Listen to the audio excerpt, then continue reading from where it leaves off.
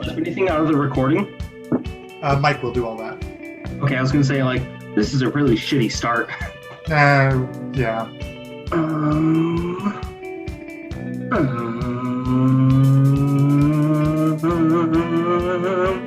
Taylor, hurry your fat ass up. I need to make a fool of myself in a public setting.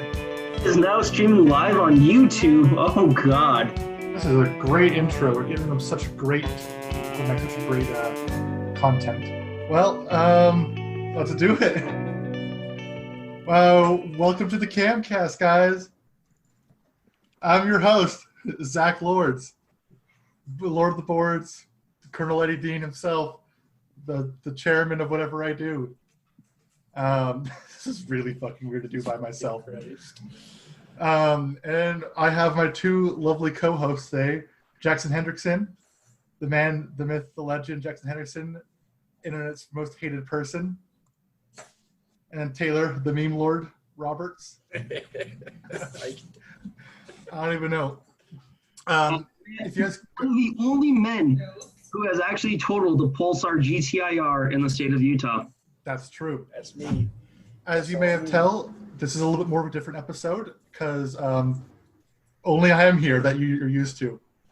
Jaxyn was here once, and then we delayed the episode, and it was never to be aired ever again. Oh. For a reason. Is that Zeus in the background? Yeah, that's him. Well, today we have a great agenda and an even better question of the week. We got tons and tons of responses, so hopefully it turns out pretty good. Yeah, there's a lot of really good stories.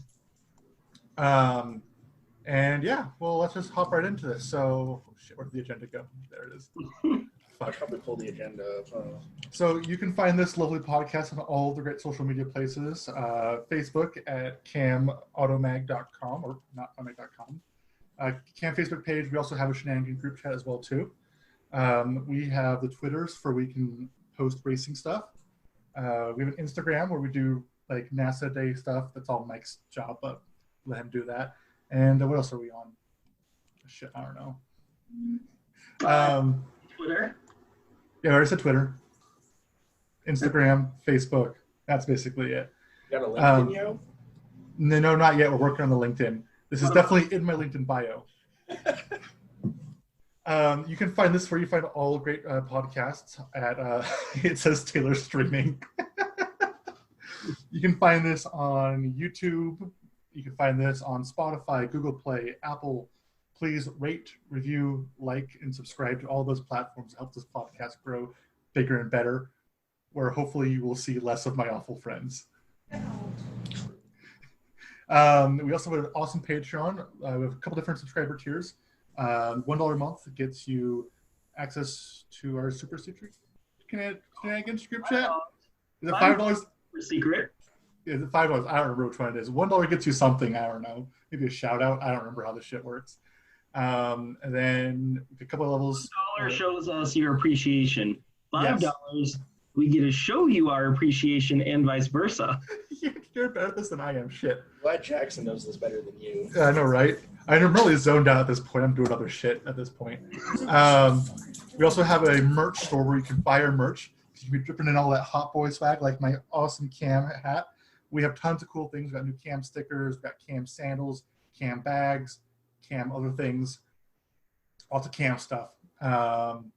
Flip-flops just came in, right? Yep. I don't have them yet. I don't have them yet, but at some point I will.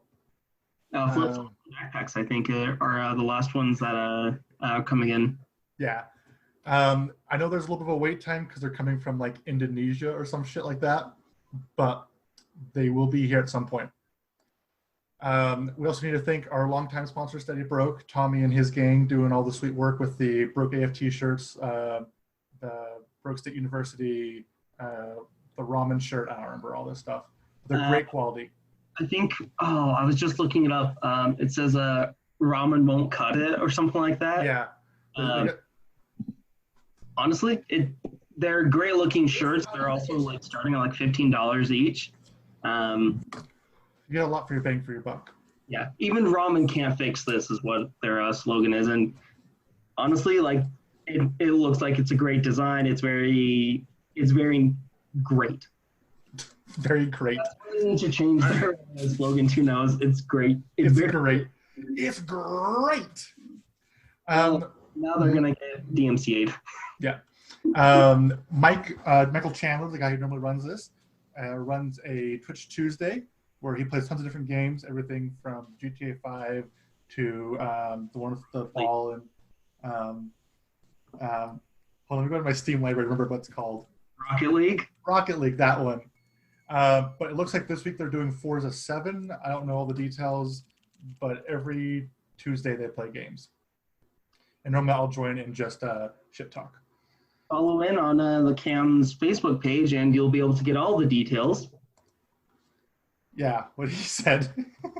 I think last week was last week was Rocket League. Week before was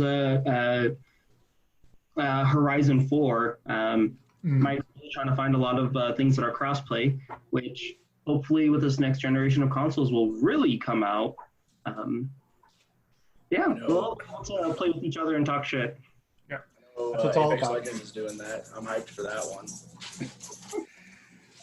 Well, what did you guys do this weekend? Because I knew what I did this weekend.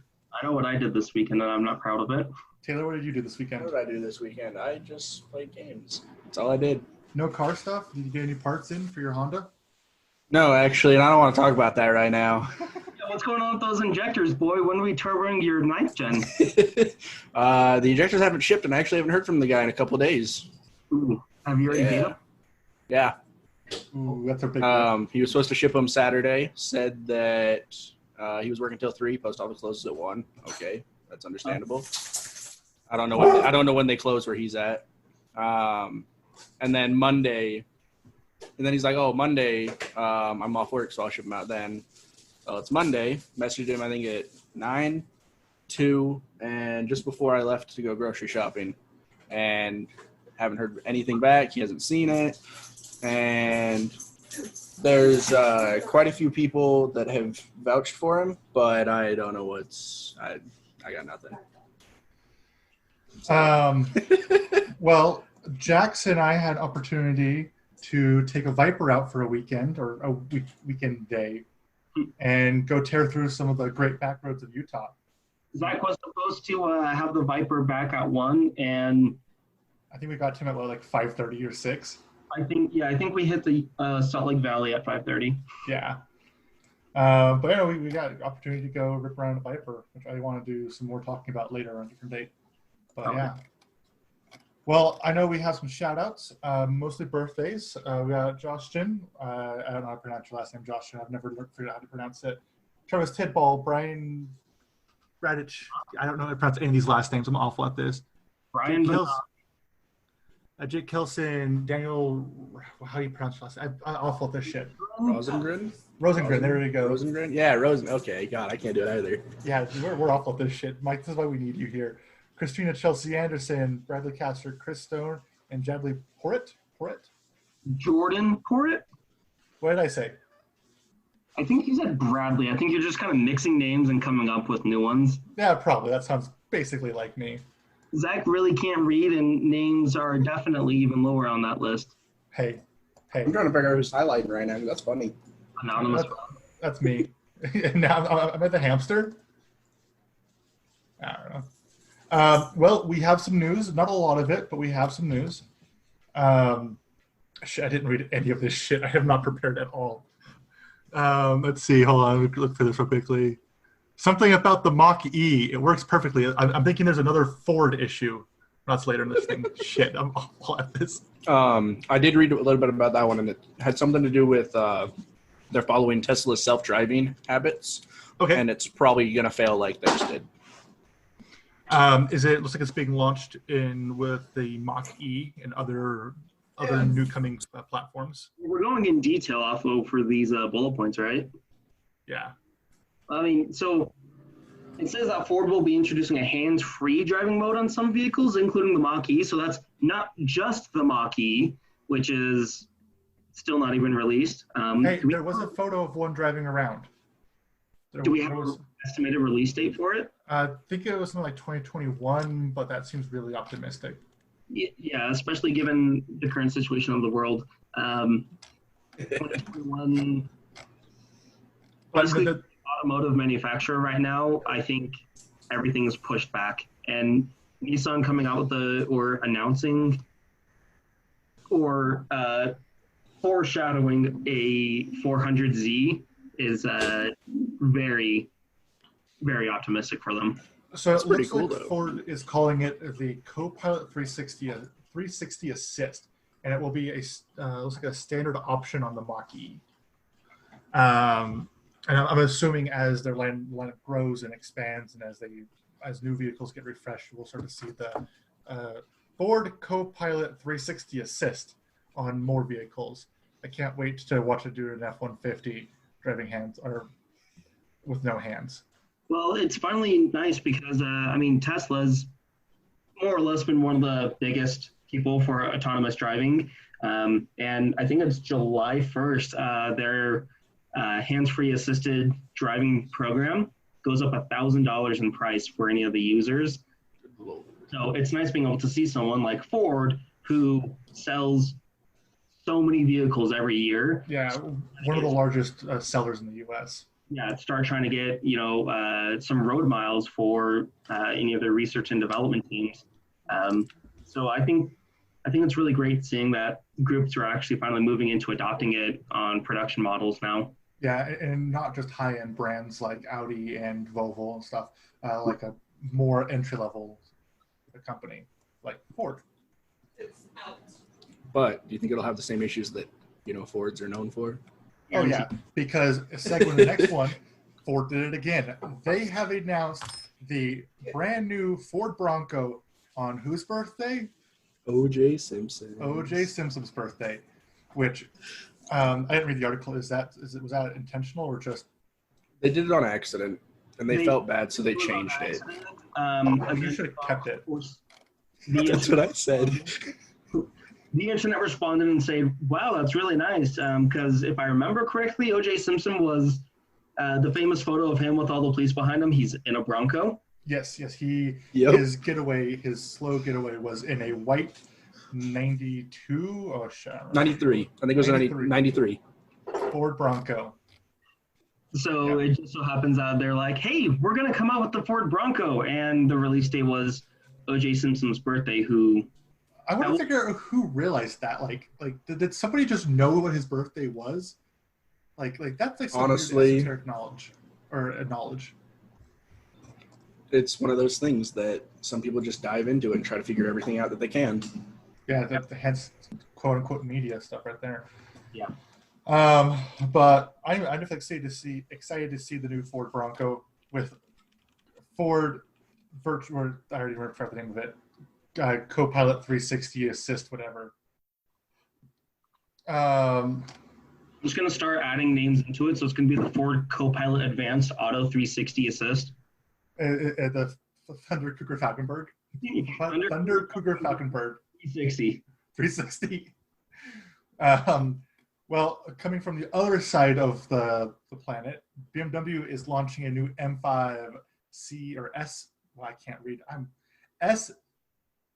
CS with a carbon fiber roof. It's going to have a lighter weight than other curved models and 641 horsepower rated. What is the, I'm asking guys like you would know, what is the current M5 making? Let's find out. Oh, 5 something like that? People that would know those kind of details right off the top of their head, that would be you, Zach. I'm not interested in new. I thought it was like 5 something.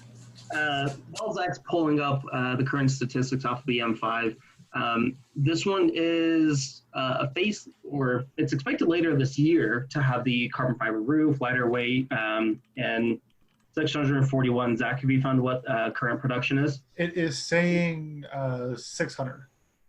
Okay, is so what the base model is but it's weird because it's ranging from 600 to 617. I don't know. Maybe packages. I mean, it's already an M, so it probably has like an M5 and then probably also an M Sport, which will help. Yeah, maybe timing that much more at a whatever RPM. But this one's supposed to pick up an additional 40 horsepower off of a base model M5. It's also going to weigh a lot lighter. But then there's also supposed to be a facelift version of the 5 Series, which will be coming. And there's going to be a CS version of that, and that will have 34 more horsepower than the current competition model of the 5 Series. So, yeah, That sounds cool. It sounds like a very expensive package. Is there a price on it? More than 100K, 120 starting. Yeah, which is kind of what I expected for that. Well, do you guys are you guys familiar with the Polestar 1? Have you guys been following that at all?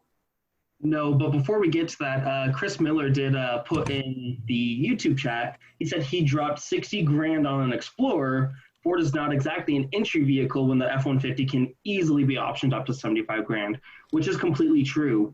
But you can also get an F-150 starting at like 32 or some shit like that. That is a fair point. I mean, trucks have just gone up in price. They're not really comparable. Like, they used to be within maybe 30% of just like a sedan that you would buy, and now sedans aren't really even options anymore to begin with. But yeah, you can definitely walk off a Ford dealership lot with, $400 a month monthly payments for 5 years. Yeah, and he did mention that it is cheaper than a German car, which that's 100% true. That's the point I was trying to make. But like, if you let's say you try to get into an X5, base model X5 is going to start you at 55, 45 maybe, and then if you start getting options like you're going to do with the Explorer, you're going to start looking at a $60,000 to $70,000 price range. So, okay. So have you guys been following the Polestar 1? Do you guys know anything about it? You and I have had a couple of conversations, but I haven't followed it closely. But just these topics, it's already, it's exactly what I expected. It's not letting me down, basically. Yeah. So for those who aren't familiar with it, I've been following it for a while. So the Polestar 1, it's still the same quote unquote Polestar that we're used to from like modified Volvos from the past, like the full rally heritage, like fully optioned Volvos. But now they're making a full electric car. And it's based off of, I believe it's the S60 chassis. I believe so. But it's completely different. It has tons of different exterior designs, interior designs. It's a gorgeous looking car. And they've had this thing in the works for, I don't know, at least 3 years now. But they are now saying that it will get a 52-mile EPA electric range, which and then following that, there's a bullet point which says it will do 58 miles per gallon E. So I'm assuming that this is going to be a very aggressively designed hybrid vehicle. So I've never heard of this vehicle in my life. I'm a little confused now. Originally, I thought it was fully electric, which maybe I just haven't been reading into it enough. Well, that might be the difference of the just a vehicle that Polestar is making compared to the Polestar 1. Yeah. Because that is something, I believe it was late 2018, Polestar made an announcement with Volvo that they were going to make a fully electric vehicle. And we've been waiting for that. And yeah, because this is a 2-door, and the one I thought was fully electric was a 4-door. So they might be doing one of the things where they're trying to get something out with proven technology to start making income before they can go and start developing or finish developing their full electric vehicle, which has untested technology. Right, not unmanufactured technology. With them being based in Europe, they're going to want to be trying to follow any European Union emission standards. And you're wrong. I'm wrong. Sweden's not part of the EU. It's part. It is a secondary set of the EU, which has free border range. Sorry, I keep cutting you off. Where are their vehicles being sold at? The EU. And doesn't it still have to follow the laws of the vehicle or of the country the vehicle was sold in? Yeah, I'm just trying to flex on some geopolitical knowledge on you, so you know. Sweden's not a part of the European Union, but they're trying to make a market inside the European Union, and they're falling so much harder on their emissions every year. I mean, what's the goal? 2025. No more gasoline engines or something like that. Every place is a little bit different. I think it's 2025 is the soonest one that's going to be no gasoline engines inside the city district of Paris. And I know some other cities have other things. London said something about 2030. So the numbers are all over the place. So everywhere is different, and we'll see what happens if they do it. Isn't California talking about doing something like that too? I saw an article somewhere. I didn't read into it. I don't know. I never looked into it. I just saw it and was like, oh, yep, there's California. I would I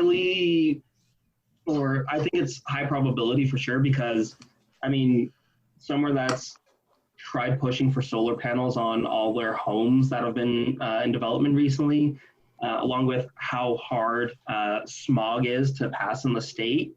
My dad has the V10 Triton F250 for his work truck, and that's a Viper, right?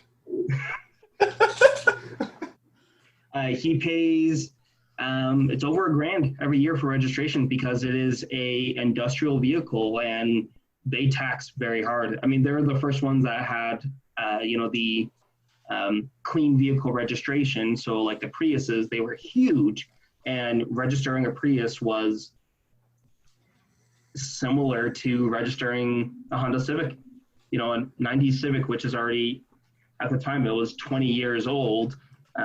As long as it passed emissions, they were fine with it, but it was just as cost effective to purchase a Prius, which at the time when they were new, they didn't have the issues. So they've done what Japan does, where it's more. Yeah, well, Japan's a little bit different. It's based on, more or less. Japan. How many miles or kilometers it's driven, whatever. That and displacement of the engine has a lot to do with the cost of registration as well too. I don't. But Japan has a really good grandfathering system, similar to what we have. Germany has actually a really bad grandfathering system. That's why you don't see old S-classes on the road in Japan or in Germany, because their emissions standards move forward with all their vehicle lineups. So you can't get a standard licensed vehicle in Germany for like an older model. You can still drive them there, but there's different licensing and stuff for them. It has to be TÜV approved. Yeah. I don't think this is not a surprise to anybody. It looks like Jaguar is contemplating dropping the XE and XF sedan. Because sedans doesn't sell. They don't sell. It looks like they're thinking about turning them into one vehicle in a hatchback style similar to the A3. Honestly, I really like the looks of the A3. And Jaguar is known for always having like luxurious, good-looking vehicles. It has a very set design. It's not, a cookie cutter kind of looking thing. I'll be excited for them to, stop producing already slow-selling vehicles and focus on a new chassis, hopefully. They completely change the chassis. I am a little sad to see it go because there's something to be said about the large Jaguar body, the big body Jags. Yeah. Like there's something to be said about rolling up in one of those because you're instantly important. Yeah, and so seeing that goes a little sad, but that's how the times are going. That's how the times are going. And so we blew through the news faster than I think any Camcast has ever blown through the news. Because I don't know anything about what we're talking about. I'm going to be completely honest with you. I don't keep up with Jaguar. Normally, other people are more informed about these topics and we can talk longer. And Bronco one's cool, though. That's my favorite one. Just the O.J. Simpson birthday thing. That's my favorite thing. Right? Yeah. It was a very hot topic across a lot of social media platforms for a good minute because, that's to quite literally have negative publicity and actually negative publicity as well, and you release your highly anticipated vehicle on the date of that person who gave you negative publicity. You're kind of asking for it at that point. Well, so when I had that Forest Service Bronco for whatever, how long that was, a month or so. You had a Bronco? Yeah, that's a long story we're not going to talk about right now. Every time I need to go buy parts for it, oh, is that one of those OJ Broncos? I heard that at every parts store I went to. Yeah. Just say yes. Yes, I did. There we go. That's all that matters. Yeah. But the nice thing though is we did kind of blow through that a little bit. We have tons and tons of user feedback or viewer feedback. That's the right word. I actually want to get back to on the Polestar. Which was one of the notes. It's going to come with 2 different engine options, at least, which is going to be a 2-liter turbo and then a supercharged 4-cylinder. We're not sure if it's going to be the same engine, if it's still going to be the 2-liter displacement. But it's really interesting to see a company producing a vehicle with both options for forced induction. So the previous generation of Polestar packaged cars, you could get a twin-charged vehicle. I believe it was the same 2-liter, because it will be the same engine injection, because Volvo is only offering one engine for all their vehicles. You have NA, a turbocharged, or a twin-charged system. Mm-hmm. From my understanding, it was all based off the same engine. Well, there we go. That helps. That's pretty cool. Which is sad that we're losing 5 cylinders and V8 Volvos, because those were the glory days. But 5 cylinders, oh god. Yeah. Hey, Audi still has one?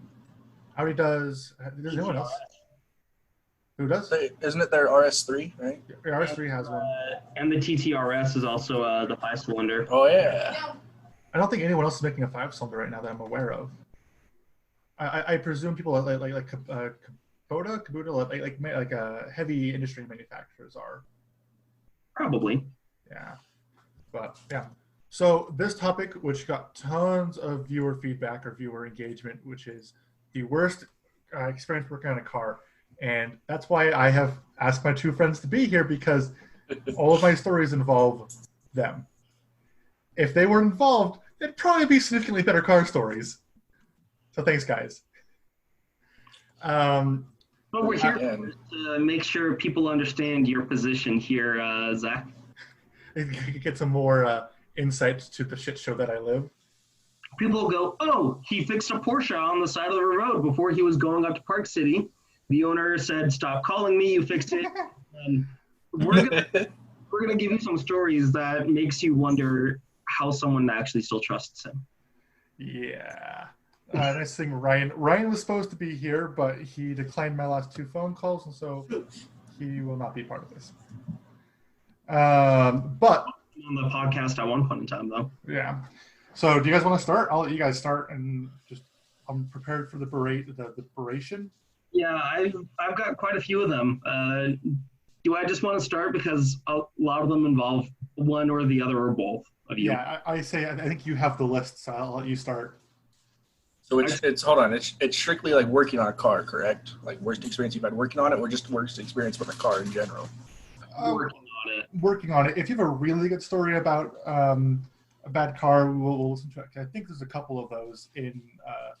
Yeah, I don't have any. Never, ever. No. I've got plenty. That includes you as being the worst person to have performed mechanical work on a vehicle. Me or him? For Zach. Don't worry, we're gonna get there. So starting off, as soon as my display comes back up, there we go. So a personal one that actually doesn't include either of you. My brother had a 2007 Honda Accord base model. Was the 4-cylinder, I think it was actually a K-Series automatic. And it ran. That was the biggest thing. It ran. Oh, okay. We need to give a hi to Sam. He's in the chat. Hey, is it Sam Babler or Sam? Oh, Goebel. It is our resident cocaine addict, Sam Goebel. Oh, we can even talk about his Miata. Hold on. Oh, shit. Yeah, we can. Let me add that to mine. Sam? Yeah, okay. Anyway, so my brother had that Accord, and my brother's 2 years older than me. We both did a semester of automotive tech in high school, and he said he wanted his oil change done. I said, I don't want to do it. You can do it yourself. He said, fine. he went and took it to Fabulous Freddy's, a little car shop it's a gas station that also does quick lube services. Car washes. Don't forget the car washes, yo. And soft serve ice cream. Ice cream. So he took it to them. He got it back. $40 later. He still had the check engine light, which the mid to late 2000s Hondas are known for having. It has a little wrench, and it's the indication for saying your oil change needs to be done. He had the oil change done, and then he got really upset because he wasn't sure if they actually did it or not now, because he thought it was an automatic sensor of some sort. And I was like, trust me, as soon as that oil goes in and you start it up after the first time, all the oil is black. So he thought he just didn't have enough oil in it. So he put in more oil. I've heard this story before. And when I was with Taylor. Where have I heard this? And he started it up, and that light was still there, so he decided he needed more oil. And finally, he came in and talked to myself and my stepdad. And by the time, at this point, I was 18. Yeah, I would have been 18. Still didn't know jack shit about cars. We put him underneath the car with jack stands and said, drain the oil. We'll just do a full oil change ourselves. Drain the oil. So we tossed out one of the 7-quart oil pans or whatever it is. Just the cheap plastic ones from AutoZone. Tossed that underneath the car with him. Gave him a 17 millimeter wrench. Cracked off the drain plug. And after about 30 seconds, he starts screaming. We're sitting there, we go, what the hell are you doing? I peek underneath, and the entire pan is full of oil, and it's still coming out at a very rapid pace. He had put in an entire 5-quart bottle of oil on top of the oil change that he had already received, which put it at about 10 quarts of oil inside the engine. And he drained the entire thing. We had to get another container so that way it would hold it. And then he took about an hour to get the oil filter off because he just kept trying to snap it with a screwdriver instead of using the hammer that was right next to him. After that, we've decided we're never going to let my brother work on a car by himself ever again. There was the time that I took his, I think you heard the story, maybe not. I had his Solstice, I think because he was going to let me take it for a car wash. And of course, I picked up a friend while I had it too, because I was like, want to go ride the Solstice? And I think I did donuts in it or something. I can't remember what I did. I can't remember what I did, but it was at Union Middle School. You were just driving, and you later admitted that you did try and do a donut about 15 seconds before, and then I checked in. Yeah. And so it was like it starts like misfiring and it's like not running right. So I pull off, and this dude and this kid and this dad come in like, this is a really nice car. They think it's like some European exotic, which technically is a European car. Except that it's a manual base model, naturally aspirated 2.3 liter Solstice. Yeah. It's not even a turbo model. And apparently when I was washing it, I had sprayed one of the clips off of the coil pack. And so I had to reattach it and zip tie it back onto the coil in this dude's driveway. As they're like, this is a really cool car. This is really nice. What does one of these run for? Yeah. So that wasn't that good of a story, but it reminded me of. Well, don't worry. We've got a couple more of them, including one from Andrew Jolly, Zack's IJ Wrangler. Oh, that one. He has to have at least 3 stories about that. My favorite all the one, same thing. He came to pick Andrew and I up, and we were going to go out to RMR. We ended up getting stopped on the interchange to the 215 westbound from I-15. Stopped on the side of the road because you were fuel starving, and I put a lock around your shifter. And it was like one of those big round locks that you get for storage units and stuff. And so I put that on it. I locked it. You got in the car. You were already kind of stressed. Then you got pissed off when you realized what we did. You weren't sure which one. I'm pretty sure you knew it was me. And when I got to tell this part because so I get in, I'm fuming because I'm on the side of an interchange. Cars passing me. I don't know what the fuck's wrong with my Jeep. It's been broken like this for months. I have no idea what's going on. And we were trying to go to RMR. We couldn't get there because my Jeep was broken. And so I come back in. There's this lock around my shifter. And I turned to Jaxyn and Andrew because I think they were both sitting in the back seat for some reason. Were you guys both sitting in the back seat? Were you guys? I was passenger. Andrew was in the back, but he was kind of sitting forward, and we were basically shoulder to shoulder. Yeah. And I'm like, oh, where's the key? And they both kind of smiled at me and did, ooh. I'm like, where the fuck's the key? And they're like, ooh. I try to go, where the fuck is the goddamn key? And that key appeared out of nowhere so quickly. I unlocked it, and I just fucking hucked it. Just threw it. With the key in it still. And every time I drive past that interchange, I'm like, there's a lock somewhere out there. The story one day and go, I wonder what the story behind this is. The story that I thought he should tell, because there's two of them, is the fuel starving issue. I always thought the fuel starving issue was a fuel pump issue. And so I burned through, and it ultimately kind of was, but I burned through probably 5 or 6 inline fuel pumps from AutoZone, which I just kept returning and getting new ones. Did you just buy the wrong one? I never really understood that. What happened? I'll get back to that. I'll tell you how I broke or how I fixed it later. But, and so originally the Jeep has a inline pump in the tank, and there's no access hatch because it's an American car. So you have to drop the tank. And so we were at Jackson's house, and we thought it was going to take like a 2-hour job. And so Jaxyn was kind of helping us. I'd like to set the stage. The driveway to my mom's house. Yes. Remember that. This is number 1. Continue on, Zach. And we're trying to drop the tank, and it has those big straps to undo and then lower down. It's a whole ordeal. And because we were going to take the pump out and put a hose in place so we could use the pickup still and suck up from the so we just use an inline pump so we didn't have to keep changing or dropping the tank. Which I ended up having to drop again another time. And so we do all that work. That was number 2. Yeah. So we do all this work, and it's now like 11 o'clock that we're getting the tank back in. Jack's like, I need to work in like 8 hours. I'm going to go to bed. Fuck. You guys welcome to the garage. Just close it when you're done. And so we get everything bolted back in, and we go to prime the pump. Well, it's not priming. And we're sitting there like, why isn't it? Why aren't we getting fuel at the little tube for the carburetor? What the fuck? And so we tried this for a little while, and then I realized this isn't a self-priming pump. We need to get gas to the pump. And we're sitting there, and we're both just like, I don't want to suck on the tube to get gas in it because it's going to get in my mouth. And so we're like arguing who should do it for like 30 minutes. And I'm like, we don't know how to fucking do this. We don't fucking do this.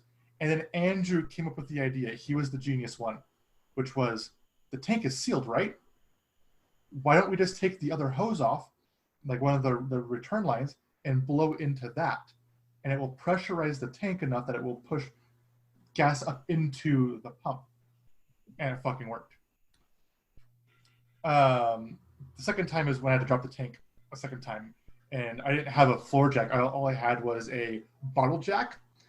So we used that in a piece of wood to hold it, to unbolt it, and then we lifted it down. That was another not fun day. But how we ended up fixing that Jeep was, it was never actually a fuel pump issue. It was the fuel regulator failed. And it was one of those like about this big-ish. And the diaphragm had some air in it, so you could like you adjust the spring or something for that much pressure or some shit. And that spring had got full of mud. And so it was fully closed. It was never opening enough to let fuel to the carb. So it was always just looping fuel back into the tank. What I did was, I took the line off the regulator and put straight into the carburetor. So we got all of the gas coming out of the pump into the carburetor. All 7 PSI, baby. Yep. And then I blew up the engine 4 hours later. Oh, that's because it was a 350 with an NV trans. So, yeah. Another time I would like to point out. Oh, God. As you can see. Will you please send that to me so I can have Mike make that the thumbnail photo? So that's Zach wearing a welding mask. in my mom's driveway. That's number 3 we're going to talk about. Oh, God. I was using you have. What did you do? Did you run into something and then the bumper broke off? That happened a lot of times. So he decided my driveway was going to use a shitty Harbor Freight welder Flux and core welder. weld the tabs back on. The date this was taken, What, 2017, 2016? September of 2016.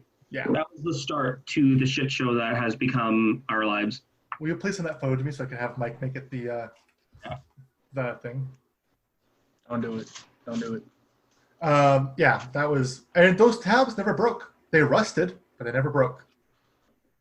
What about that time where, what about when I ran it into a snowbank in the 4Runner? You never told me about this, did you? Is that when he was out of town or when he was? When he was out of town, I was driving it. I was pulling it in K1. I left it in 2-wheel drive, and I like powered over. And like I was just kind of sideways, and like I ran into a snowbank at like probably 2 miles an hour. And packed it all against right in their middle lane. They just packed all of the snow from the parking lot in there, and so I like tapped it and I pulled back and like I walked out, looked at it. I was like, I don't know if that was already fucked up or not. I was more worried about the battery, which was leaking acid from sitting in your eye. No. It was an AGM battery. So it didn't have any fluid in it. Was leaking jelly. Because I didn't know what a battery tie-down strap was. And so it How never... many times were you going on trails and you had coming out from underneath your hood? Yeah, like every time I hit a bump, I would see the radio would die. The truck wouldn't die, but the radio would die. I would see sparks coming out of the gap in the hood.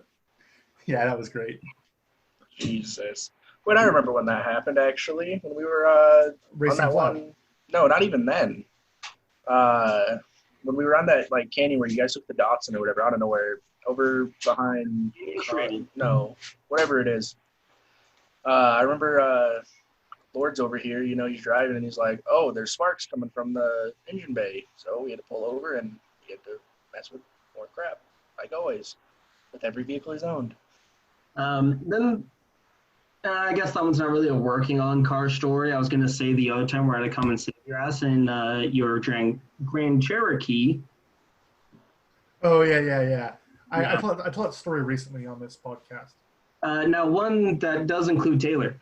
Hey, Taylor, do you remember Lord. doing the oil change on your Mazda 3 in my mom's driveway? That's number 4, guys. It wasn't your mom's driveway. It was the It was in my mom's garage. Wait, an oil change in the Mazda 3? Yep. Oh, I remember that too. I don't remember that one. Did it. That one I don't remember. You started yelling and saying, I've got it, and Zack was trying to take over from you, and you spilled about half of the container down the Oh, yeah. Yes, he was pouring it wrong. He was pouring it like this, not like this. Oh, yeah, I just went in at it, and yeah, no, I blocked some of those car stories out of my mind.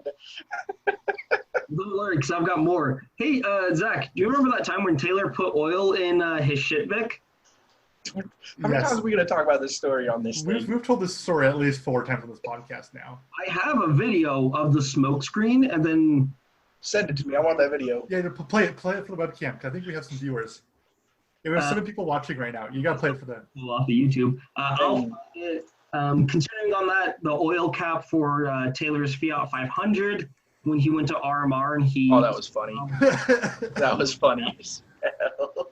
So Zack and I had to go to the nearest O'Reilly's because it turns out the oil cap for my Honda Accord, my 1990 Accord, was the same thread pitch as Taylor's. So I gave him mine out of my Accord so that way he can run the car.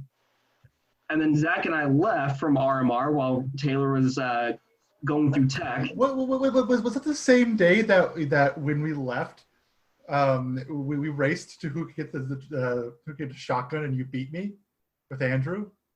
No, different day because that was the same day the Jeep I threw the lock. Huh? Yeah, because we were in his Andrews the same day I threw the lock. Yeah. I was going to say because you had your Subaru because we checked your Subaru oil cap, that didn't fit. We checked the Hondas and it fit. So Zack and I went to O'Reilly's, found an oil cap for my car because they didn't have one specific for a Fiat. Went back. Dave Taylor, the new one, took my oil cap back, and he finished off the night running that. There's also the shoes on your Fiat 500. What did I run? Yeah. I think I'd let off literally right at the end, and it was like a 15 something because the clutch was sticking to the floor when I got into second, third, and fourth gear. So, what was that? This was in your 500 of bar. Yep, only car I ran on the track. Which Jackson and I both have ran cars on the drag strip. That's all I'm going to say. Yep. I have video of that. Following the shifter bushings off of Taylor's Fiat 500 because they just themselves, and I zip tied them together. I zip tied the outer ring to the actual nub of the shifter inputs on the trans. That was fun. Taylor made it down the street to Big O, and then they fixed it properly. A week later. Sam says there's a crack in his engine block. Yikes. Oh no. We're going to talk about that, Sam. Sam, call Jackson on a group call after we're done with this. Hey, Zach, what about the time you did the water pump in the Ford Ranger? Oh, God, no. I blocked that one out. Oh, God. In my mom's driveway. So that's a horror story for me. Yeah. I had a shit box that I bought from a friend, Xander. 85 Ford Ranger, the last of the carbureted Rangers. And I can't remember where I was going. I was probably going to go buy vape juice underage because that was what I was doing at that time. And I was coming back and it was overheating. And so I stopped to get gas because I need gas as well too. And it was just pouring coolant out of the engine bay. And it was coming from the weep hole. And I'm like, oh shit, time to put a new water pump on. And so I at the time I didn't have my shop and my mom wasn't letting me do work in her garage because HOA things. So all of my car work was done in Jackson's mom's driveway. And I'm like, oh, a water pump will take, I don't know, 4 hours maybe. And I did it completely wrong. Like I didn't remove the fan off the water pump first. And so I had to go, I ended up destroying the fender of the truck by trying to do it on the fender, and it never worked. I can't remember how I got it off, but I think we put it in the vise and you helped me hold it or something. I had a giant pair of pliers, and I think No, those were my giant pair of pliers. Yeah, and then I think you went to Pep Boys and tried to get a socket set. No, it would have been a wrench set because you have to put it on and hold it and crack it. Maybe I did that. I can't remember what happened. But, and so as I was taking out the water pump, I broke 2 bolts. I broke 2 bottom bolts next to each other. Maybe that's why that car overheated, because maybe the water pump never spun because I put too much RTV in there. Because I remember I tapped and dyed the holes, and they were crooked. They were like this. They were like at angles and stuff, and so it was pretty bad. And then I RTV'd the whole thing like 4 or 5 times, and RTV'd around it. Oh, it was so bad. Yeah, and then I remember I drove that truck without a hood for like 3 or 4 weeks. Yep. I remember that. All right, I've got a little video. You can watch the stream. Well, today we have it live for anyone, which is why Daxton's watching, by the way. But if you're part of the Patreon, $5, and you can get it at any point in time. No, that's a Z. That's a broken car. So. Don't show this. Please don't show this.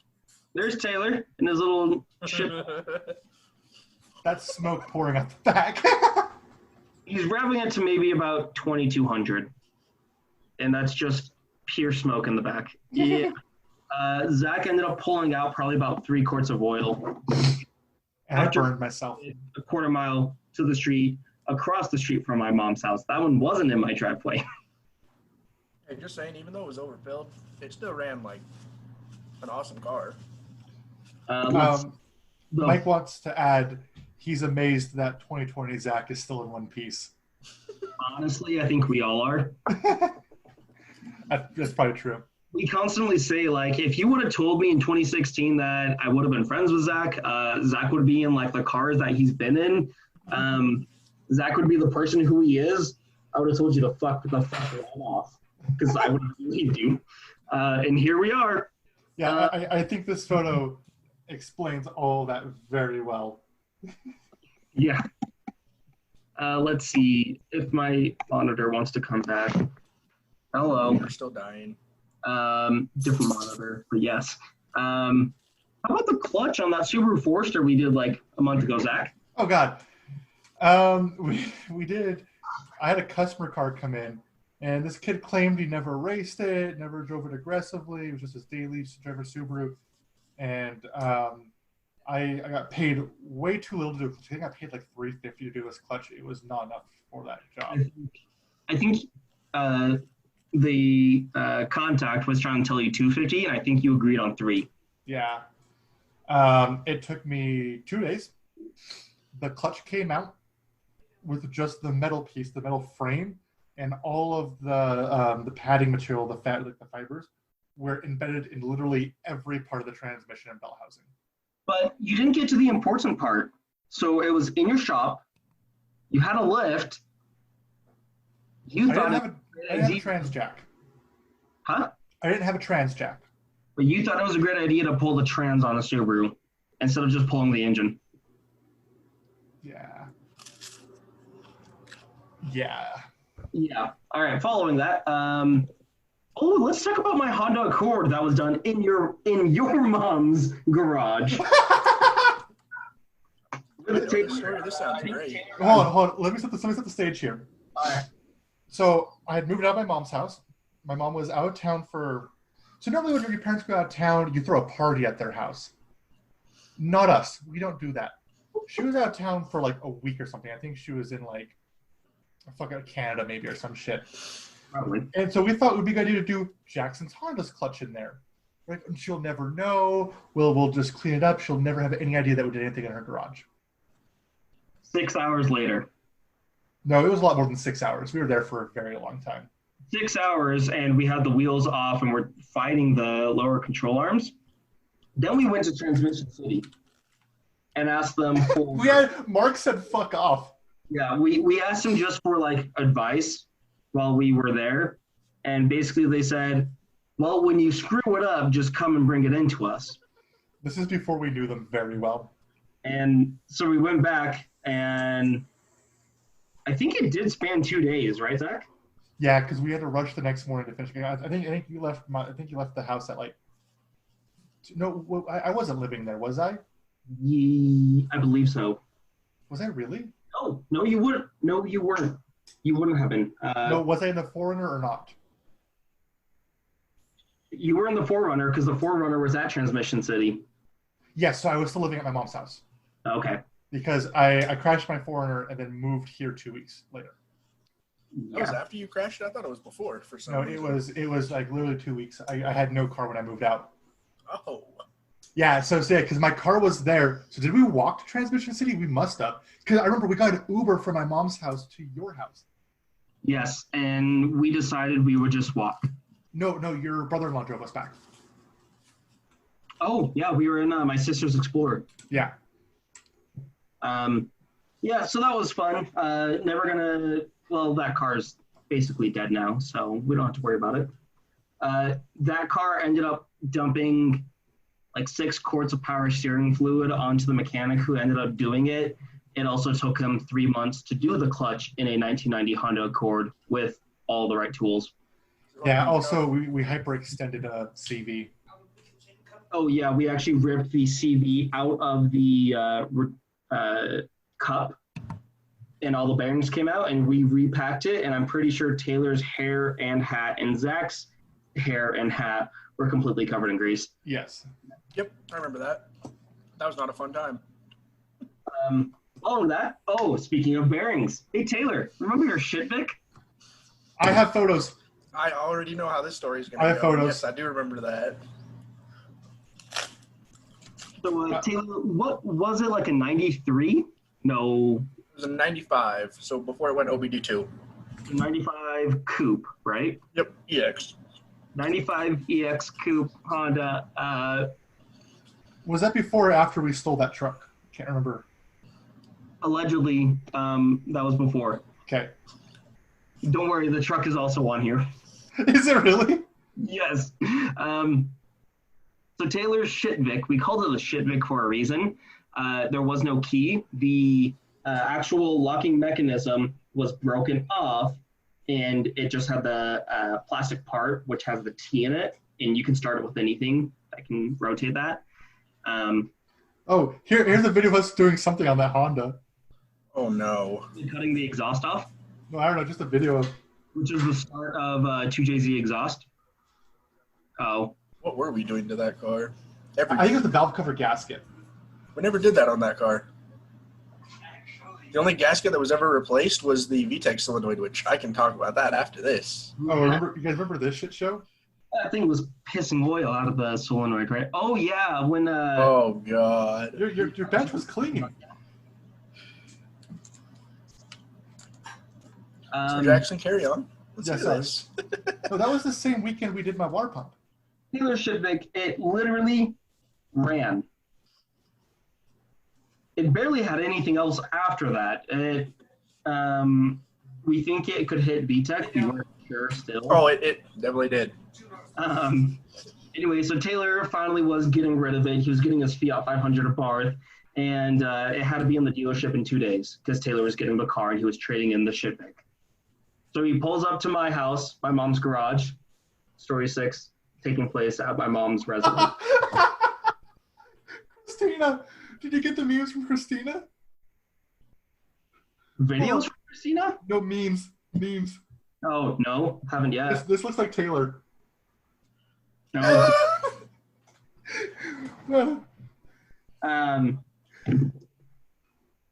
So he comes in and we're like, all right, we'll throw a new bearing in.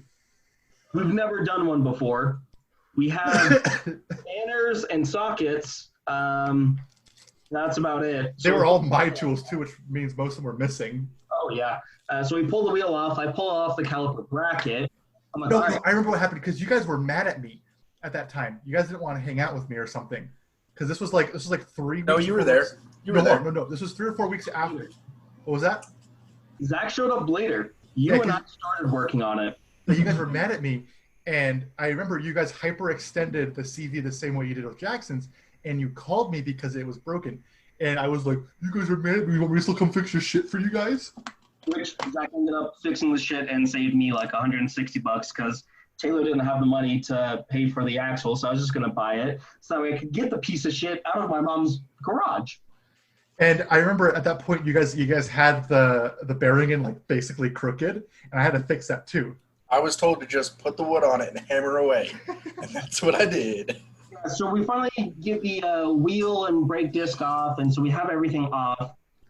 Break the CV axle nut loose. I think we did that after the fact because I'm pretty sure I fucked up and forgot about the axle nut. So finally get the hub out, and we try for hours beating the old bearing out. Finally get it out. Try putting the new one in. Because we had Andrew's propane torch. Yep. Which was just a natural gas torch, so it wasn't hot enough to do anything. Yeah. So the bearing, which sits about that size. Yeah, about there. It was in probably at about 20 degrees from being level. And Zack finally shows up, helps us out, and we are beating the shit out of a piece of wood that we were holding on top of the bearing to try and press it in. Eventually, we get it in enough.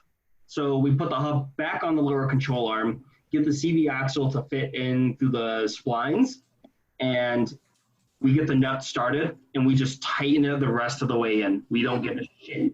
This car has to make it down to, where is it, Taylor? Orem? Orem. Has to make it down to Orem from Sandy. And that's it. That's basically all we cared about. So, and the day prior to that is when the wheel bearing actually went out. Oh, yeah. The original. I was on the highway, I think, pointed the mountain, just going down. And I knew the wheel bearing was bad. I didn't know it was that bad, though. But it completely shit itself. It grenaded itself. Then I go to put the brake caliper back on. I don't think either of you are remembering what happened when I tried to. Oh, I do. I don't. On the brakes because I told them to. And did you hyperextend the... The piston popped out from the sleeve of the caliper.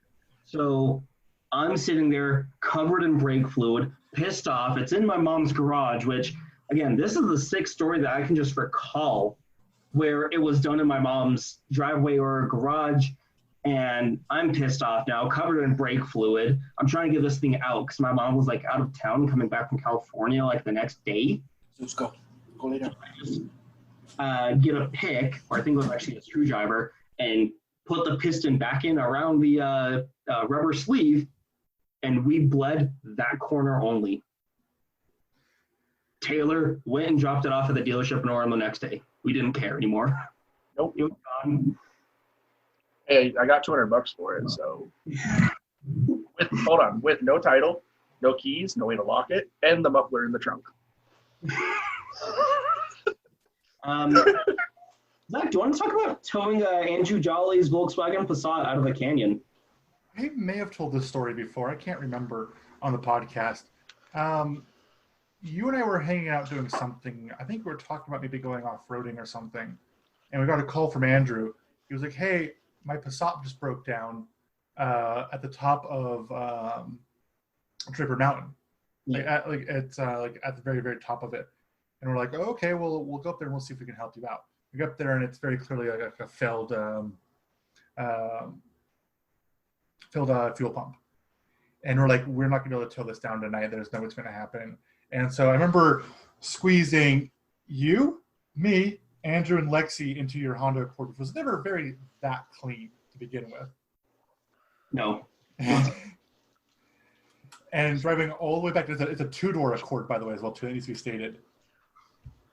Driving back down. And the next morning, Andrew and I went and got lunch or something together to discuss how we're going to tow it down. And how we ended up towing it was, we're like, there's no way in hell we're going to be able to rope tow it the normal way because the Passat's not going to have enough brakes to slow down itself and the rope to come down for the entire way down the mountain. Which Zack was done with his 350 swapped YJ Wrangler. No, we ended up using his Explorer. Oh, did you? Yeah. And so we ended up swapping. So we put the broken car in front, attached the rear link to the link of the Explorer, and we let gravity pull it down, and we used the brakes on the Explorer to slow it down, which was a great idea until we hit a flat spot and we ran out of momentum to keep going down. And by the way, I'm in the Passat with no power brakes, no power steering. So just your prayers? With attached to a rope to an Explorer. And if this rope broke, I might just die. Like I don't know how I'm going to fix this. And we got the weirdest looks. It looked like this Passat was towing this Explorer down the mountain. Yeah, that was a stressful time. Let's see. We'll try and go through the next ones pretty quick because I realize we've been live for an hour on YouTube. Yeah, we do this for an hour and a half, so we got another 30 minutes. Well, we still have a lot of just users. Yes. Yeah. So Toyota pickup, which Zack had mentioned earlier about being stolen. We may have stolen it. Allegedly. Basically, it's like 3 a.m. I call Zack and I say, "Hey, let's get it." No, I was there. I was at Sunset. Yeah, you drove us there. Yeah, was I in the Jeep? Yeah, well, I had been the Jeep. Yeah. And we contacted a associate of ours, and we're like, "Hey, we need space to put this truck, but we're getting it for free." He says, "Great, bring it to us in it's like off of 114th South." Like in the back corner of Lake Draper. Yeah, it's off of probably about 7,000 South and State Street. So we tow it by wrapping a rope around that front bumper. As soon as we got to the underpass on State Street, where the tracks goes overhead, just south of probably about 7,600 South, I was not on my brakes in the pickup, and so Zack was leading, and there was a whole bunch of slack now. And so I saw this in my rearview mirror, and I'm like, oh shit, I need to pull this slack. So Jaxyn hit the brakes at the same time I hit the gas. And so now we got just exponentially different forces going on. The brakes lock up because it's actually disc brakes. The brakes lock up, and Zack is pulling, and it tears off the front bumper, and it goes spinning across all the lanes, and I'm still rolling at this point now. I'm like, oh. So from my perspective, I watched it break off. I watched it start spinning like 360, and it goes underneath the Jackson's truck, and there's sparks showering everywhere. And I'm like, I have just killed my best friend Jaxyn. Because it was steel, 2-inch by 2-inch angle iron. That's what that front bumper was. Yeah. And it had one bolt on each side going into the frames. And it was like a 76 pickup.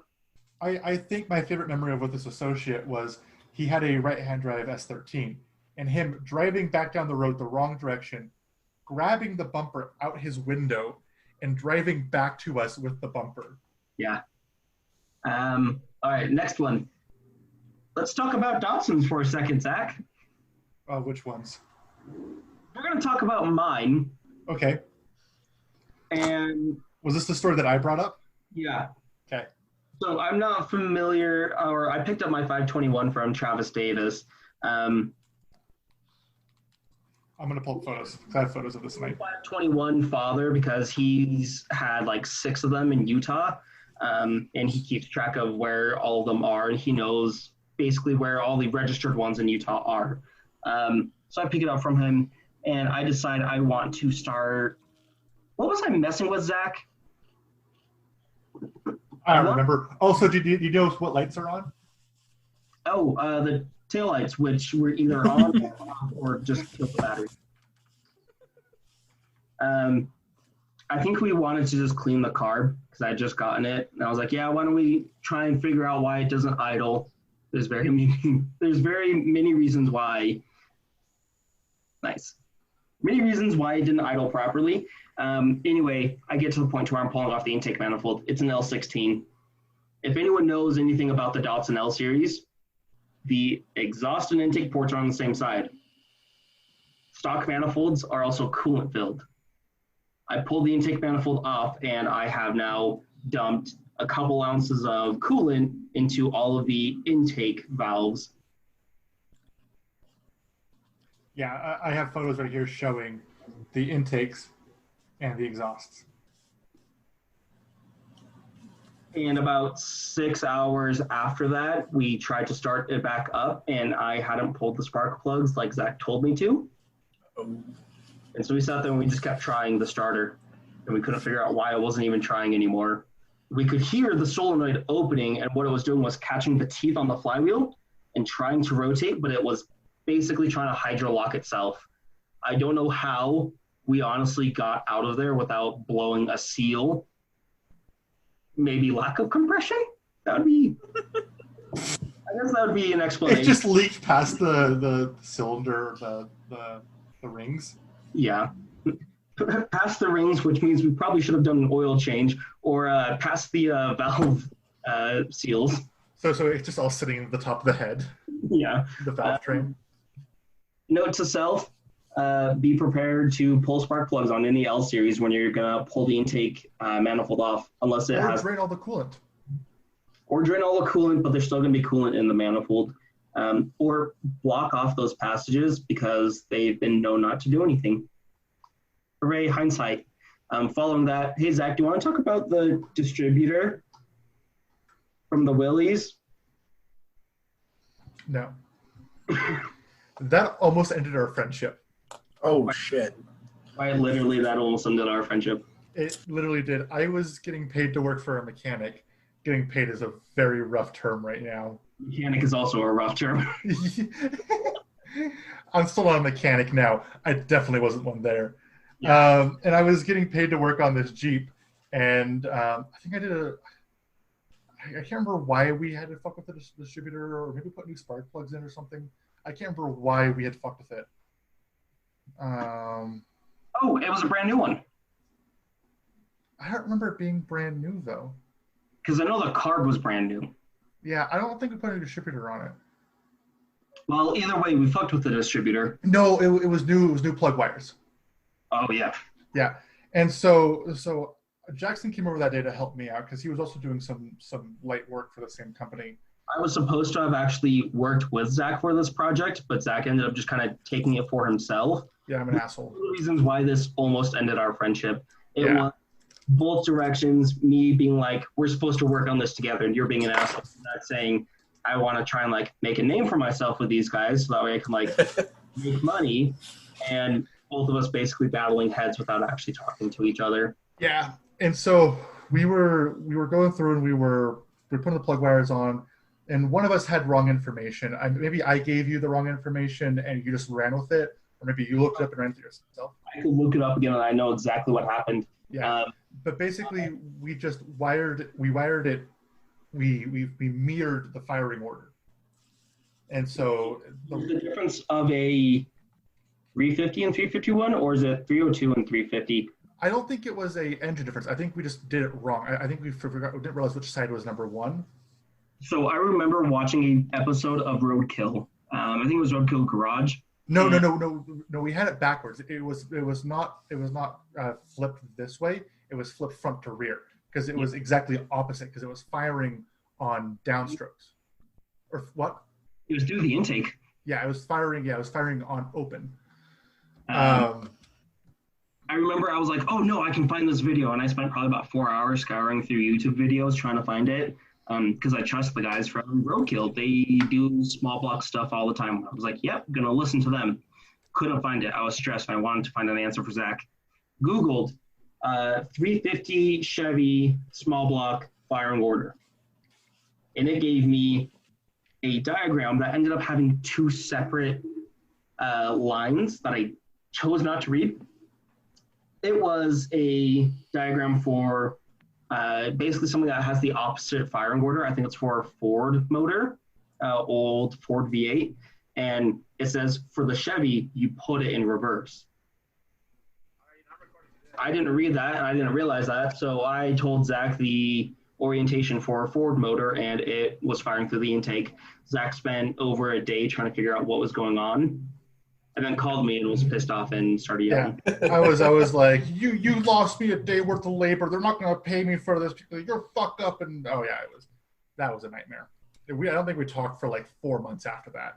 Jesus Christ. Usually we only talked when we had to at that point. Yeah, because and granted, those employers were pit us against each other, being like, "Oh, Zack showed up on time today. Why didn't you show up on time today?" They did shit like that on a regular basis. I'm trying to think of who that is.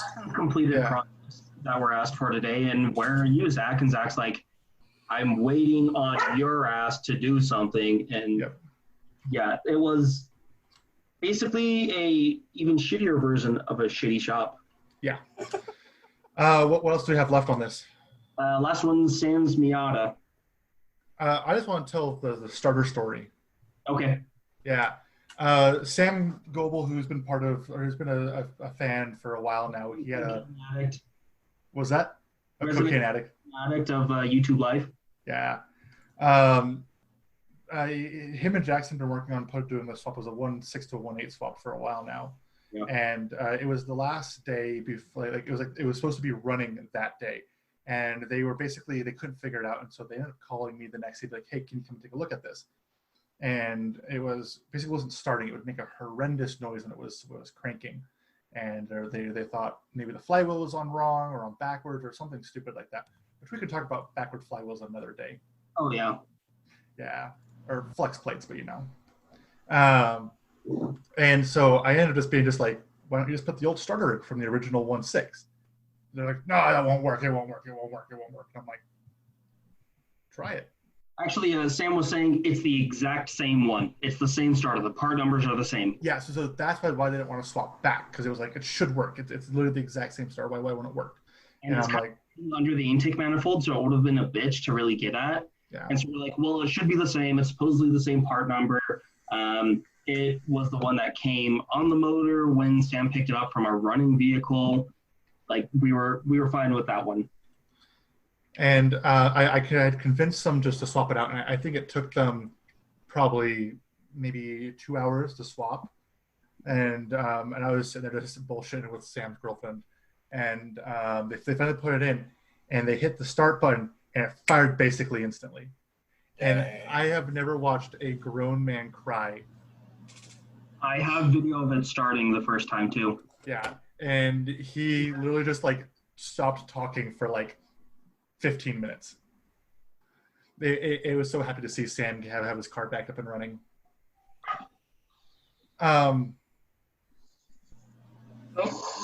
Basically started up first shot.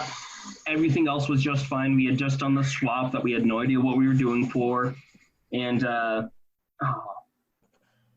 hold on. There we go.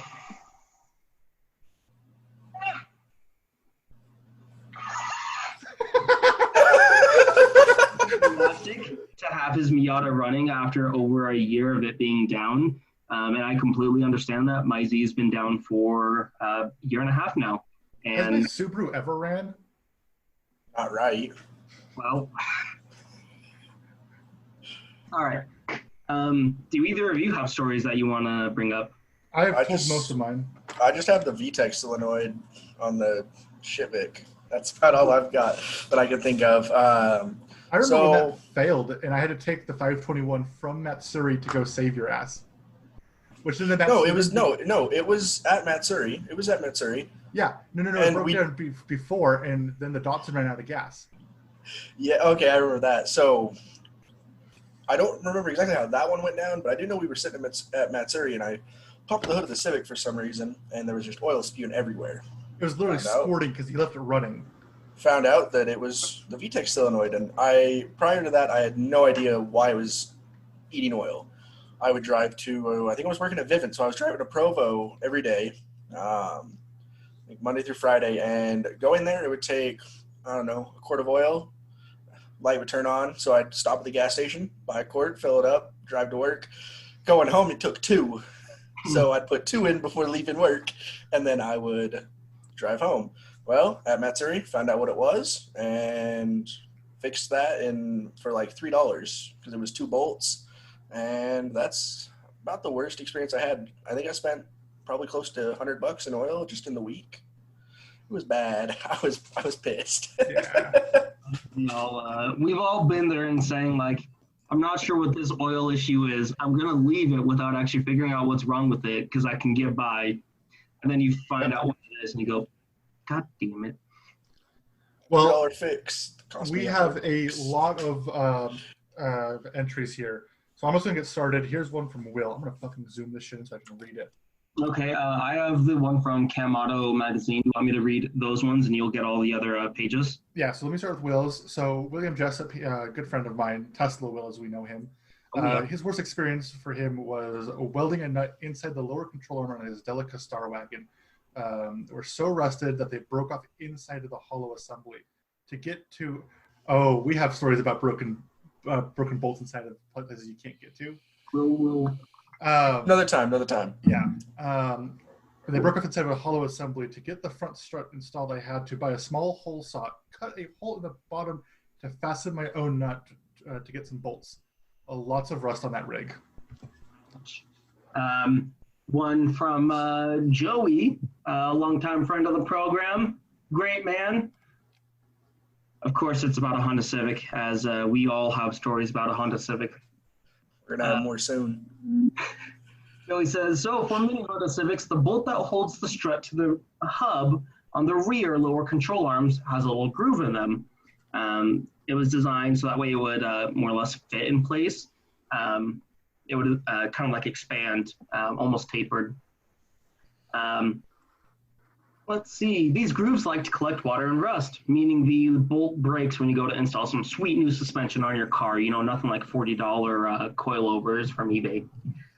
You have 2 choices when you do this. You can install newer, or you can install new lower control arms. That's why everyone on every Honda page has aftermarket ones, as Joey's pointed out, or you can drill the bolt out.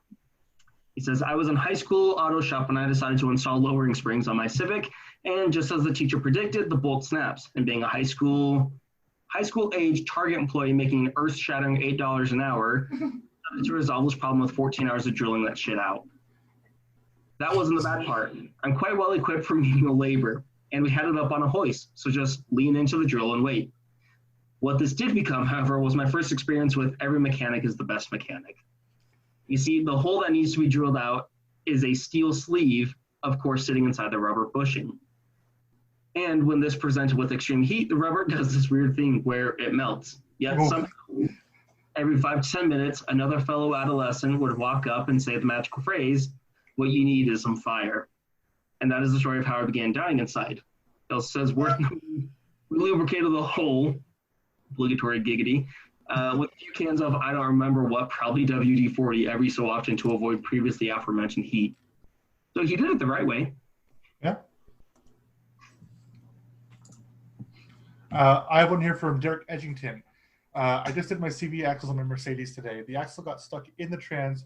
When I finally pulled it out, a heavy, nasty, goopy grease instantly coated everything in a 2-block radius on the ground, 0. 3 showers later, I'm still a mess. Fun side quest, replacement axles in junkyards. Replacement axles is junk, so I have to do it all over again tomorrow. Ooh. Yeah, that sounds like fun.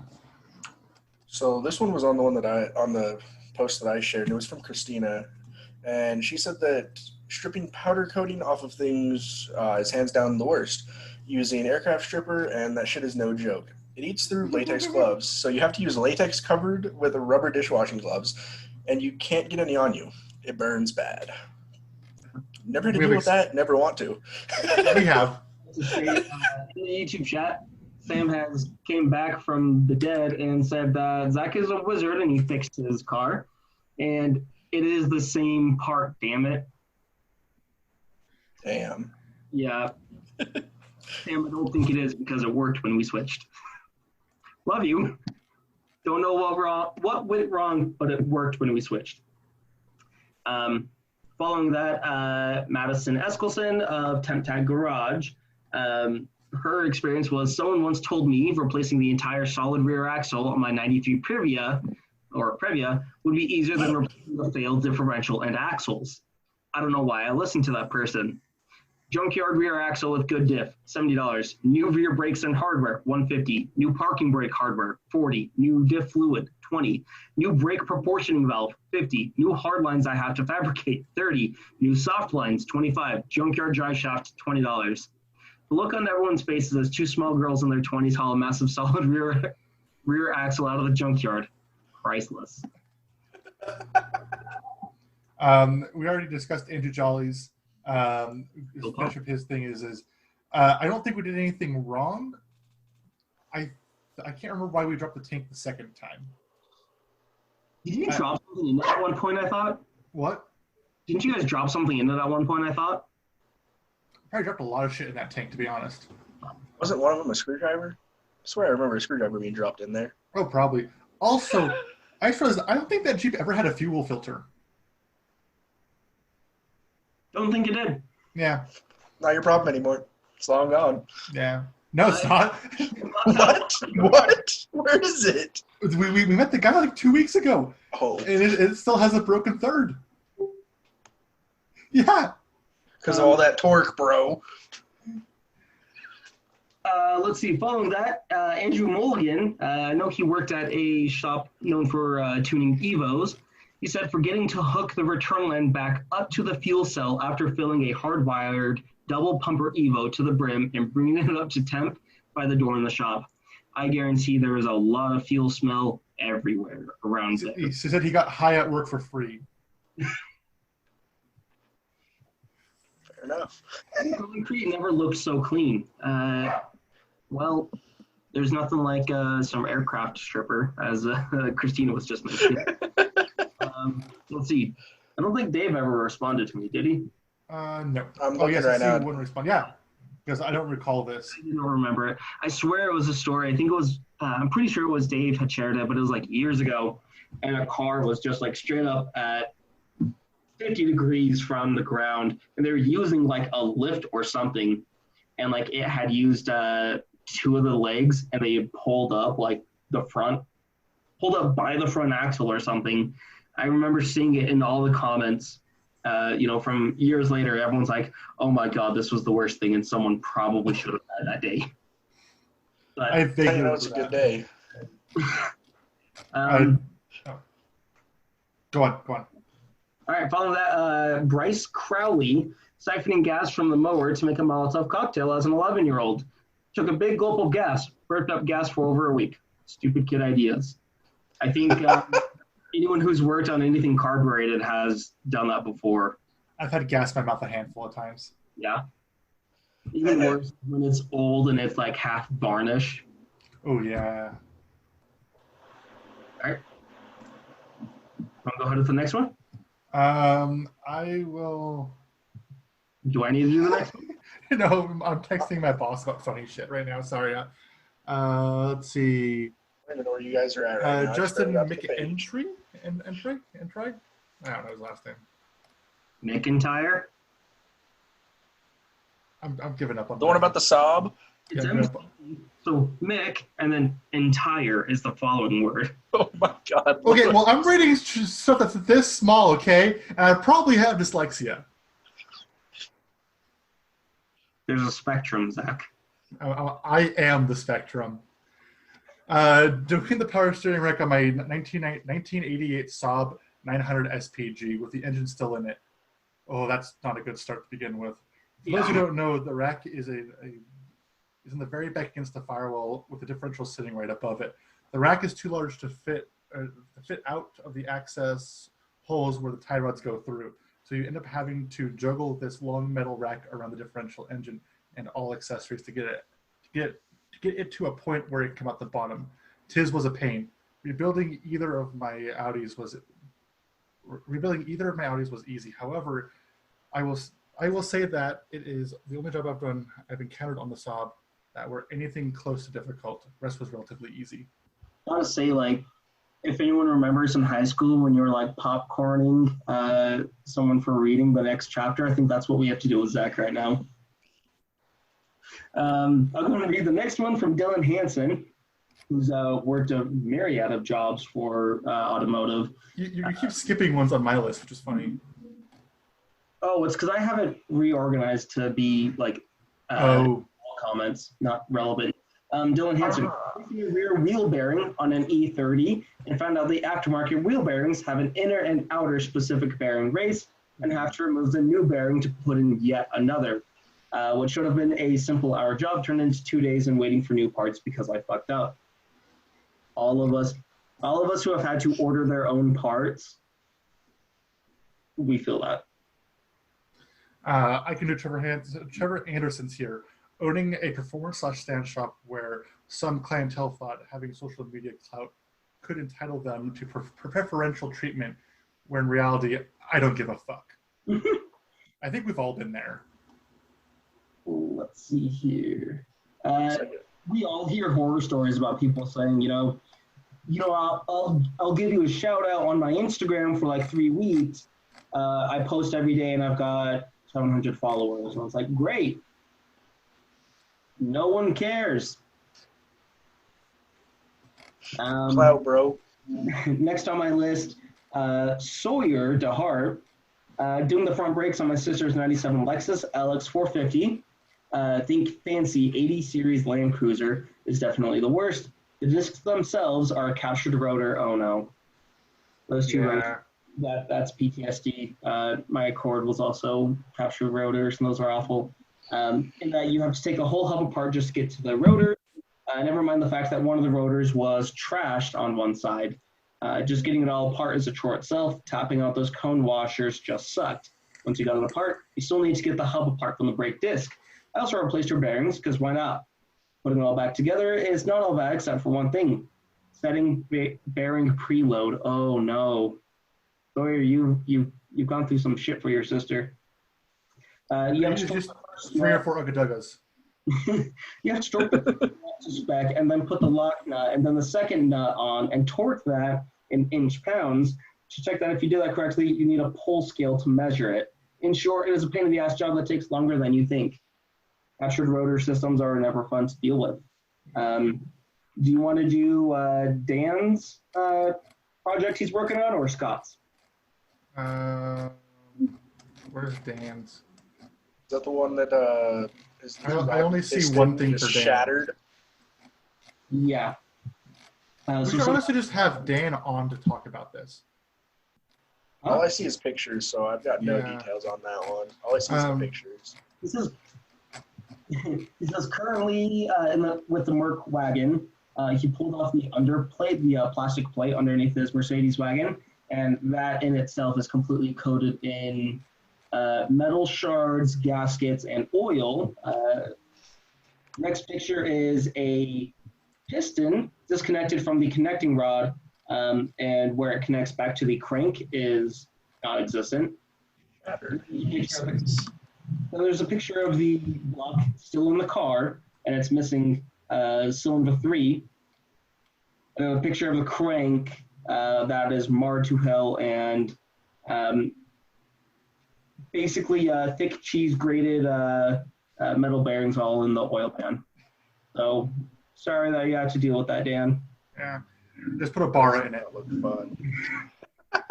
Dude, he's putting a Barra in a 68 Mustang? Yeah, that's right. Dan's the one. Crazy son of a bitch. Yeah. Barra swapped the world, right? Our good old Scott Michael Chamberlain. May have not been the worst experience ever, but recently I had a doozy. Doing an alignment and the tie rod jammed nut. Wow, can I just not read to begin with? Doing an alignment and this tie rod jam nut is completely seized. So I do the usual mixed PB blaster, which smells great in your hair, by the way. It really does. I have been there. And torching with some good old nap gas. Well, I got the jam nut nice and red and hot. Slipped the speed wrench over it to break it loose. After a bit of effort, wrench slipped off the glowing red nut, and my forearm decided it wanted a juicy kiss from the jam nut. Did I mention it was glowing red and hot? I burned the absolute fuck out of my arm, blistered up and peeled off immediately.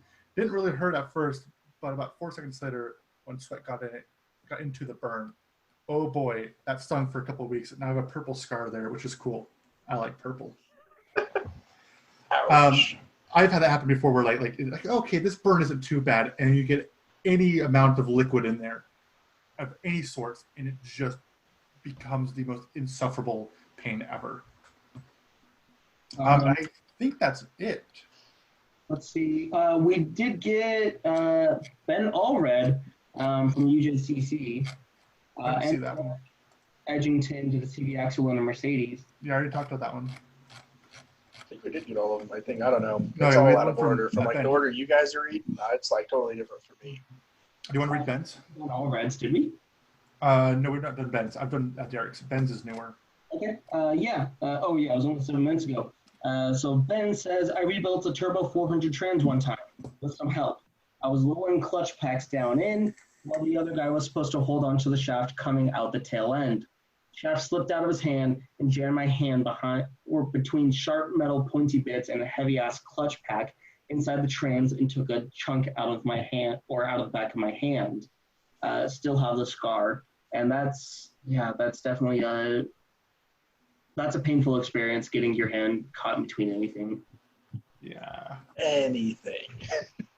Well, let me just blow through the racing news here, because we're going over on time. Yeah, we're over on time. Oops.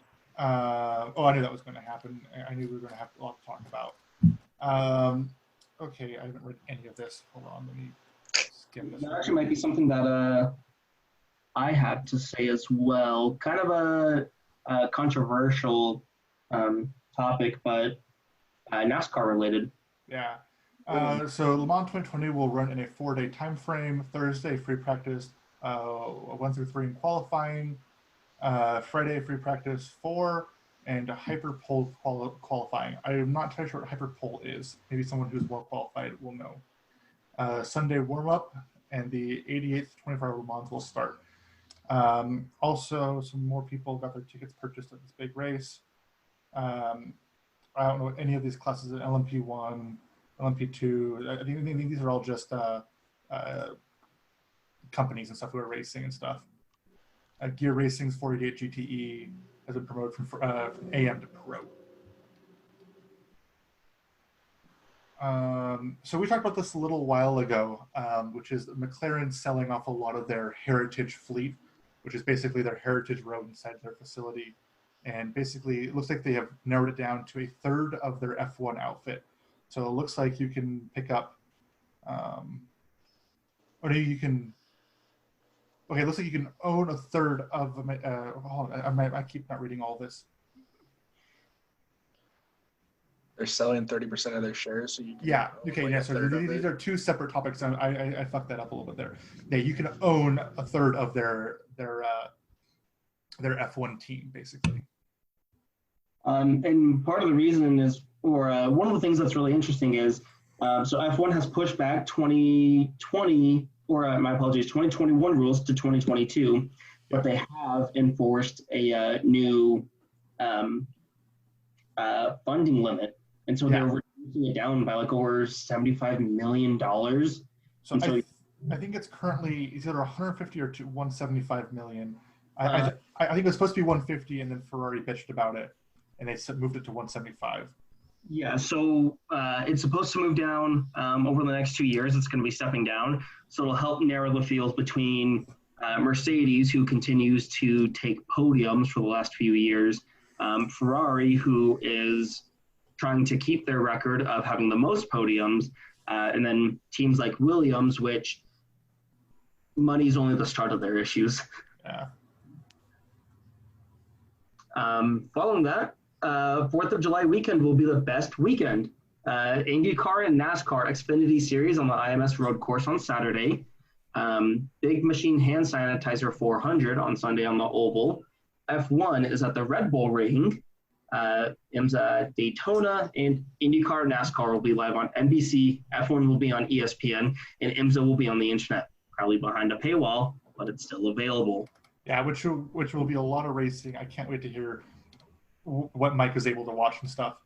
Oh, yeah. This one I know a little bit more about. So Alex Zanardi is a really cool race car driver. He crashed, I think, in the mid-'90s and lost both his legs. But recently ran, I can't remember which race. Someone will correct me at some point. I think he ran 24. No, I think he ran the Rolex 24-hour, I think.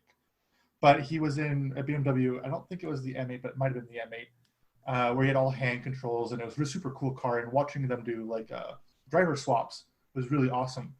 But recently he got in a pedal bike accident, or a hand bike accident, because no legs. He has to do the hand bikes. And it looks like he is not doing great. From the article, it's like his organs are stable, but the prognosis is uncertain right now. The next one, NASCAR, the original Toxic Fandom. I actually have Bubba Wallace's Twitter app right now. So someone put a noose in Bubba Wallace's garage for this weekend's Talladega race. The only people that could do it, it was either a crew person, a NASCAR official, or a track employee, because those are the only people who have the ability to get access to those garages. It's a secure system. And Bubba Wallace is the only African-American descendant who is currently racing in NASCAR. He drives the number 43 car, and let's see. There was also a plane towing the treason flag over the track, and numerous racists flying it outside of the track.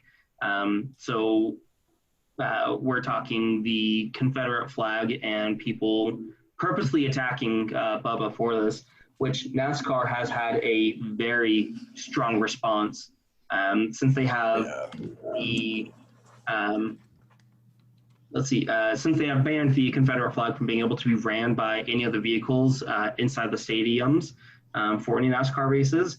Of course, they've received quite a bit of hate because they've had a large amount of support from down south, who is also directly, supporting the Confederacy. NASCAR is very adamant about it. They are not backing down, and they are saying that they're still backing Bubba through these situations. They are having investigative teams looking at where that news came from, who was responsible for placing it there. And NASCAR said if they did find it, if it's an individual who was a part of a team, then that individual will be fired. If it was a racer, that racer will be disqualified from entering from NASCAR. And if it was a track employee, that track will have some very serious issues and fines from NASCAR. So they are very adamant in how they're handling the situation. There's no tolerance, basically. And it's a huge difference to see.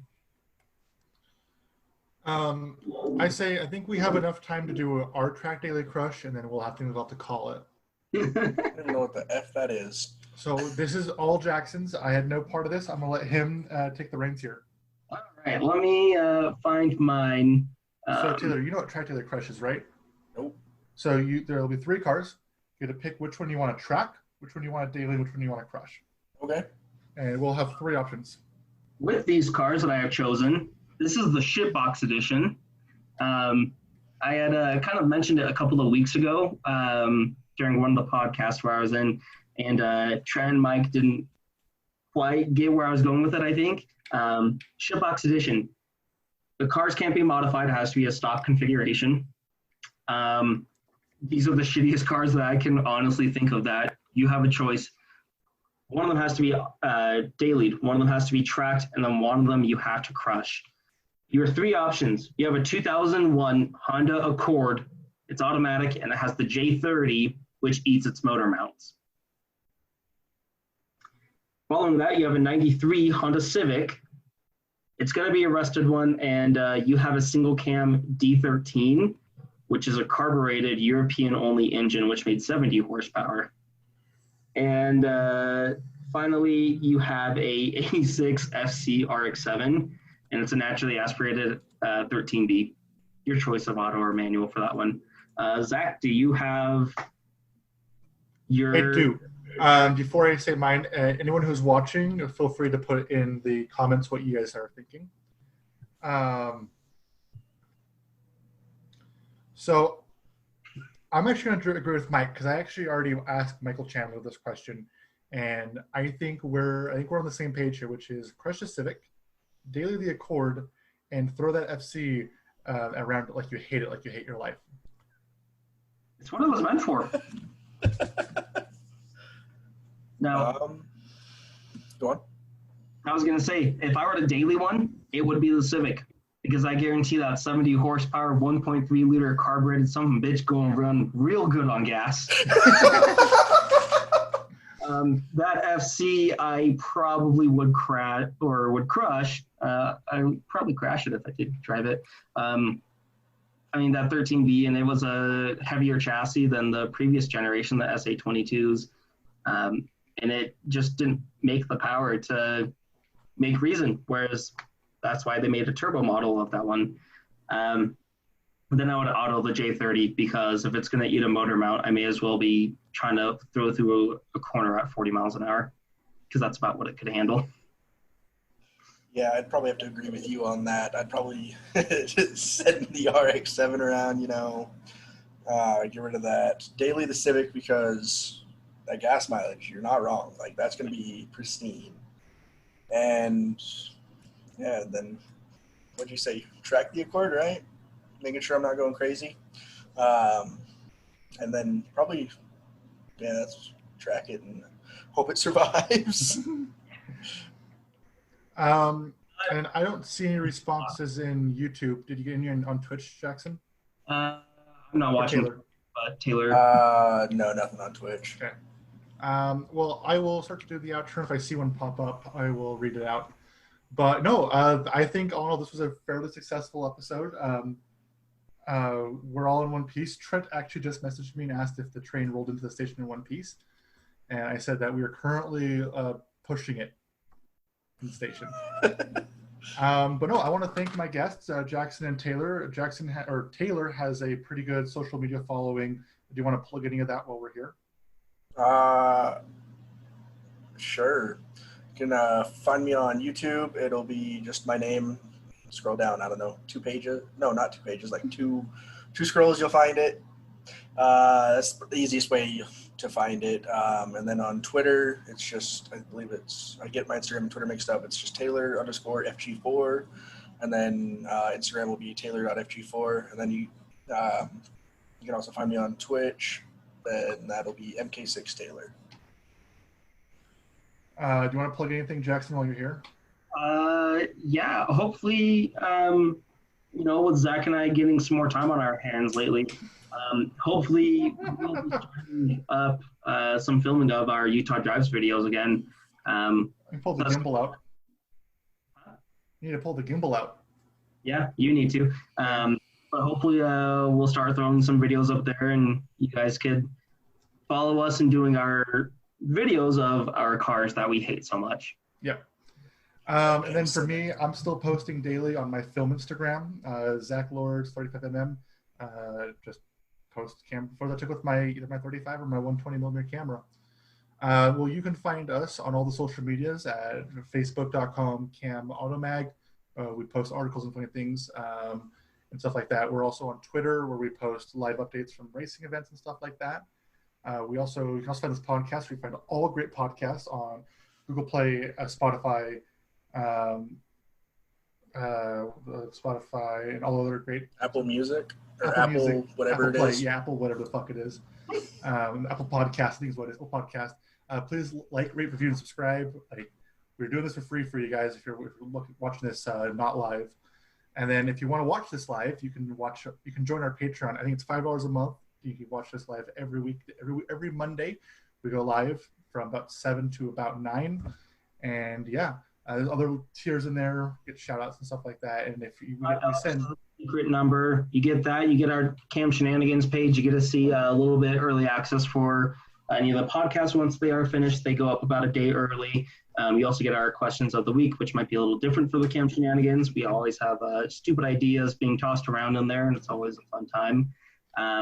And then if you go up from there, you get stickers, apparel, shout outs. Yeah. And I believe anything above the $5 a month, Mike will send you random shit throughout the year and stuff. I'm still waiting on my shirt, Zach. Message Mike. We got a response in the chat. Sam Goebel said, "Daily the RX-7, crush a Civic, and race the other one," which was which will be the total amount after the first, after the second turn. Yeah. And then we also have a swag page. You can't see my hat because it's too dark in here, but you can get awesome Cam hats. We have tons of cool shirts, like our Fly Can-Am shirts and stuff like that. We get flip-flops, shorts, bags. I think the Mount Cam wore shirt's up there, which I think is offensive to me because my face is not on it. But, I'm the only one who ran this all by himself, so, just fuck off. Go check that out right now. There's tons of cool stuff over there. And then also Steady Broke, which is our longtime sponsor. Tommy is doing great stuff over there. Tons of cool shirts, tons of cool things like that. Jaxyn is doing something. Bear. That's the bear. Tons of the Broke AF t-shirt and stuff like. Always really good pricing. I think we have a coupon code. I honestly can't remember what the fuck it is. It's on the slide that I don't have right now with me. And then every Tuesday, Mike is doing a Twitch Tuesday. Other members of the Camcast normally join. I looked like we were doing Gran Turismo 7. I'll just go back to the top. Motorsport 7. No. Gran Turismo 7. I don't fucking know. That's not out yet. I don't fucking know. We just announced, I think. And they're doing tons of cool stuff. And there's always fun faces and fun voices to be had on there. Now, if you think that this entire podcast was a train wreck, apart from the normal train wreck, go ahead and let us know. Message Cam Auto Magazine on Facebook or shout us out on Twitter, Instagram. Just at me. Yeah. Directly, that will probably give us the best results. And let Mike know he needs to not leave, or if we should do a train wreck episode, like once every 3 months. Once a quarter. Yeah. Well, cool. Well, thank you guys for all joining us, and thanks for watching. I'm going to figure out how to fucking end this.